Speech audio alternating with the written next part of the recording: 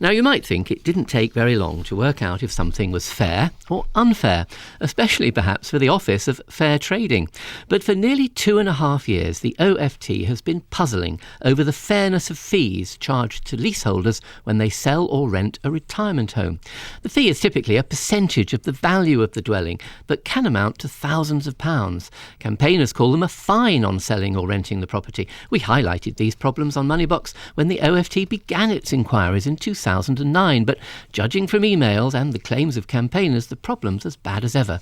And Bob Howard's also been looking into this. Bob. That's right, Paul. We've been contacted by Moneybox listener Sheila Williams, whose mother bought a leasehold retirement flat in East Sussex in 1999. It's managed by a company called Peveril, Britain's biggest manager of retirement homes. After her mum died 2 years ago, Sheila, as executor, tried to sell the flat, but there were no takers. And over the next 18 months, Sheila and her husband had to take out various loans to pay the service charge of more than £2,000 a year. So they decided to rent it instead. But Peveril charges a fee, known as an exit or transfer fee, equivalent to 1% of the flat's value every time a new tenant moves in. Sheila thinks it's not fair. My mother knew the terms of the lease would be that she paid ground rent and she paid service charges. That's all part of it. But what you don't read is that there are extra charges, extra contingency and transfer fees. And it's like, why am I paying a transfer fee? I'm not transferring the property, I'm just letting the tenant in there. Peveril refused to do an interview, but did send this statement. We sympathise with Mrs Williams, but when buying a property, residents should be advised by their solicitor that when a property is sold or sublet, a contingency fee for the upkeep of the property is payable, and a transfer fee for the landlord is also payable under the terms of the lease. This is usually 1% of the sale price.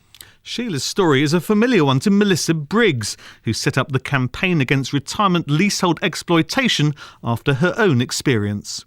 My mother was 79 when she bought into a Peveril development. The lease was 150 pages long, and as it happens, after she died and I read it, I found that all the bad news was on page 149. The Office of Fair Trading has told Moneybox it hopes to give an update on its investigation later in the spring. Until then, Melissa Briggs has this suggestion for those paying transfer fees.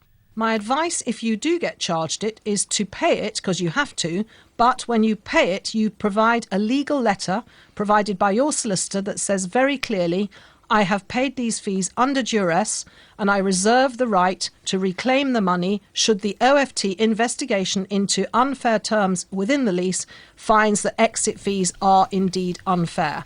Well, that was Melissa Briggs, and thanks again for that, Bob. We're live now to talk to Tish Hanifan, a barrister and director of Solicitors for the Elderly. Tish Hanifan, we heard from Sheila earlier. She's paid thousands of pounds for what she considers to be very little. What can she do about that? Well, I'm heartened to hear that she did make the very important point, Paul, that whatever you do, you really must pay any fees, such as the transfers fees. Unfortunately, listening to what the people have said on your show, the difficulty very often is that these leases are very complex. The devil, I'm afraid, is in the detail, and the ability for someone to actually take action against the lease.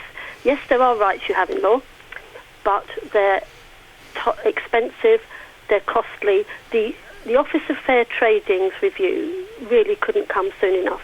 This is something that happens frequently, that solicitors that deal with older people find all the time. So certainly, first of all, it's very important to check the lease and make sure it's absolutely clear that under that term of the lease, whether or not that's an unfair contract term or not, the Office of Fair Trading will determine. But if it is, that they should pay it. And what about Melissa Briggs' advice that you should pay it, but with a letter saying you'll want it back if the OFT eventually decides that these charges are unfair? It's a good idea to reserve your position, and what she's saying there, she's making the point that she believes at this point she would have to pay it. Actually, her right to take action subsequently would be there whether she did that or not, but it is a very good idea to put that clearly in writing.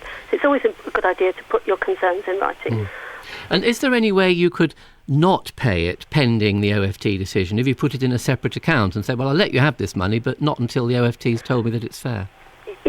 It wouldn't be a good advice to do that, and I would really suggest to your listeners that the law of leasehold and of property, leaseholds and freeholds, Paul, is quite different from other contractual matters, and so you would put yourself almost certainly in breach of the terms of the lease if you don't pay it to anyone other than a person it's supposed to be paid to. Right. And what about people who are thinking of moving into one of these properties? They can seem very attractive. What precautions should they take now?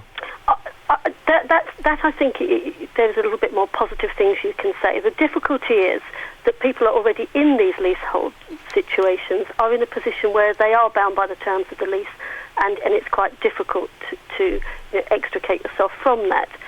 But if people are looking to move into a property, then I would say they can be very attractive. So what I would say is, first of all, make sure you get specialist legal advice. And by that, what I mean is this is a form of conveyancing, but ask if the solicitor has experience of these kind of retirement properties.